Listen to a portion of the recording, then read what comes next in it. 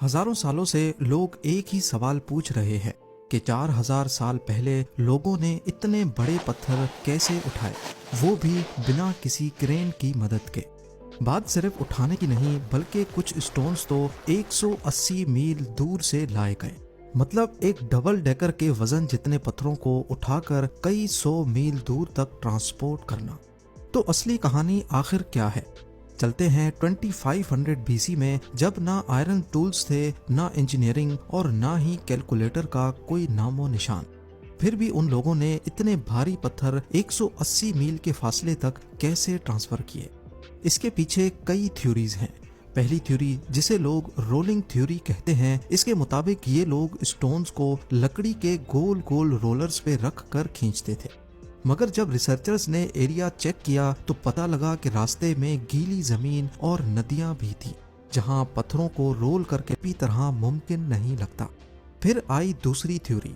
2016 में नेदरलैंड्स में एक एक्सपेरिमेंट ने जाहिर किया कि रेत पर पानी डालने से फ्रिक्शन काफी हद तक कम हो जाती है, तकरीबन 50% तक। इसका मतलब था कि भारी सामान खींचने के लिए कम लोगों की जरूरत पड़ती थी।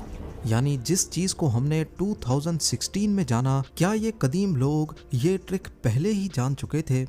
एक और अजीब थ्योरी ये है कि स्टोनहेंज साउंड की मदद से बनाया गया था। जी हाँ, साउंड वेव्स। इस थ्योरी को एक्यूस्टिक लेविटेशन कहते हैं, जिसमें साउंड फ्रीक्वेंसी ग्रेविटी को कम करके पत्थरों को उठाने में मदद करती थी।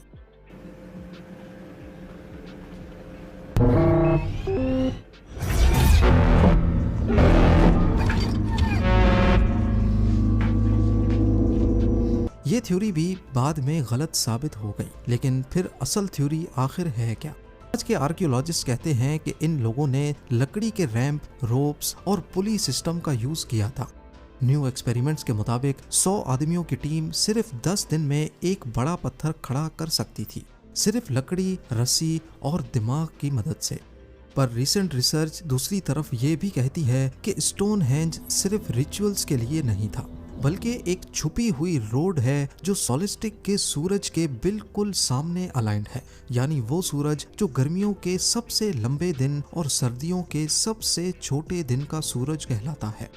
इसका मतलब हर पत्थर का एक खास मतलब था। इसका एंगल और इसकी डायरेक्शन सब कुछ किसी खास मकसद के तहत रखे गए थे। यूं कहना भी गलत नहीं होगा कि स्टोनहेंज के पत्थर उठाना सिर्फ आधा राज है, बाकी आधा राज उसकी पोजीशनिंग और पर्पस में छुपा है। एक ऐसी साइंस इस्तेमाल की गई जो आज भी हम समझने की कोशिश कर रहे हैं।